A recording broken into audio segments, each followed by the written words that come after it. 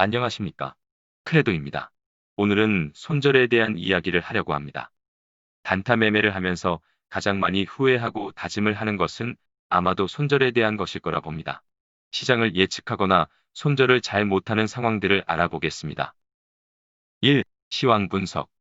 장기적인 추세를 확인하다 보면 시장의 큰 흐름이 기억에 남아 있습니다. 최근의 추세를 분석하는 것이 결코 잘못된 것은 아닙니다. 다만 그 시황 분석이 한 줄기의 서광으로 남아있어 그 희망적인 빛 때문에 눈앞에 있는 장애물이 보이지 않을 때가 있습니다. 그래서 큰 추세의 역방향이 올 때 손절을 못하고 버티곤 합니다. 2. 고저점 예측. 그날의 방향을 예측하는 것도 쉽지 않은데 우리는 쉽게 고점과 저점을 예측하려고 합니다. 시장의 세력들끼리 고점과 저점 싸움을 하게 내버려 두고 우리 개미 투자자는 적당한 선에서 청산을 하는 게 정신 건강에 좋을 듯합니다. 내가 시장의 세력인가를 스스로 반문해 보시길 바랍니다.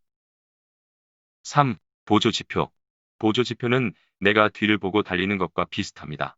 뒤에서 따라오고 있는 동반자를 보면 마음은 편합니다. 그러나 맹신하지 마세요. 동반자라고 믿었던 보조지표가 언제 배신할지 모릅니다. 달리기를 하다가 먼저 넘어지는 쪽은 우리입니다. 보조지표는 후행성이기 때문입니다. 4. 손절 라인 부재. 존버를 해보신 적은 누구나 있겠죠. 손절을 망각한 경우이거나 아예 손절을 생각하지 않고 추가하거나 버텨서 빠져나오는 전략이겠죠. 칼 같은 손절을 몇 번이나 다짐을 해도 지키기가 쉽지 않은데 처음부터 손절할 마음이 없다면 한 번에 큰 손실을 경험할 것입니다. 주식이나 파생 매매는 마라톤 게임입니다. 페이스 조절을 잘해야 합니다.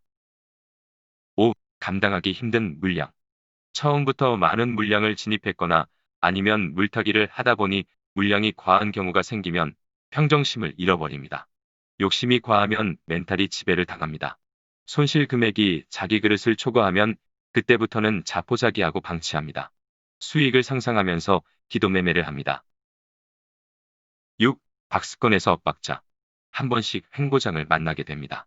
그날은 기준대로 매매를 해도 엇박자가 몇 번은 나옵니다. 그러다가 멘붕이 오면 오늘은 박스장이라고 확신하고 기준을 지키지 않습니다. 결국 손절 라인이 길어지는 경우가 생깁니다. 횡보장을 생각했다면 그날은 그냥 매매를 쉬는 게 답입니다. 7. 진입 가격. 가격을 보지 말고 기준을 보고 진입을 해야 합니다. 같은 가격이라도 어제는 싸지만 오늘은 비싼 경우가 있습니다. 싸다고 무조건 사면 안 됩니다. 너무 싼 과일은 먹지 못해 버릴 경우가 많습니다. 8. 본전 심리. 과일이 썩기 시작하면 싸게라도 빨리 팔아야 합니다. 매입한 금액 때문에 썩어가는 걸 지켜보면서 누군가 본전에 구입할 사람이 나타나길 바라면 안 됩니다. 미련을 두다가 결국 팔지도 못하고 버려야 합니다. 진입할 때마다 무조건 수익이 발생하는 건 아니니까요. 9. 버티다 수익 낸 좋은 기업. 손절을 안 하고 버티다가 운 좋게 수익으로 청산한 경험이 있겠죠. 이 짜릿한 좋은 기억을 버리기 힘듭니다. 오늘도 행운의 여신은 내 편일 거라 기대합니다.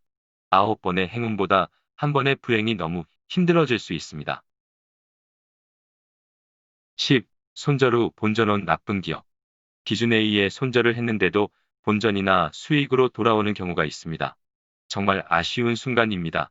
그러나 아쉬워도 그냥 보내줍시다. 아쉽긴 해도 억울한 건 아닙니다. 아쉽다고 붙잡았다가 후회한 기억은 더 나쁩니다.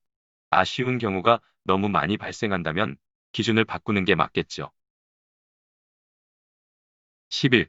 오만과 거만, 그리고 교만.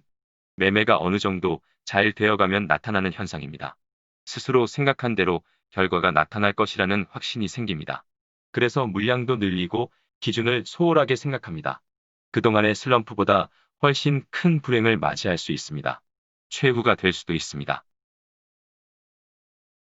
12. 손실 확정이 싫어서 방치한다. 기준을 어겼는데도 청산하기 전까지는 손실이 아니라고 스스로 최면을 합니다. 자기를 합리화하기 위한 정보를 찾습니다. 그것도 지치면 이젠 방치합니다. 단타 매매를 하는 사람은 대부분 코스닥이나 선물 매매를 합니다. 이런 종목들은 방치하면 치명적인 상황이 올 가능성이 많습니다. 최대한 침착하고 현명하게 대처하여 손실을 키우지 맙시다. 13. 막연한 기대. 이를 게 없는 무모한 기대는 차라리 귀엽습니다.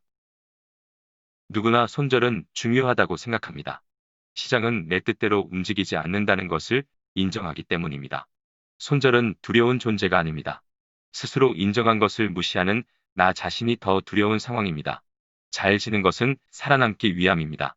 손절은 생존에 적극적이고 능동적인 매매 방법입니다.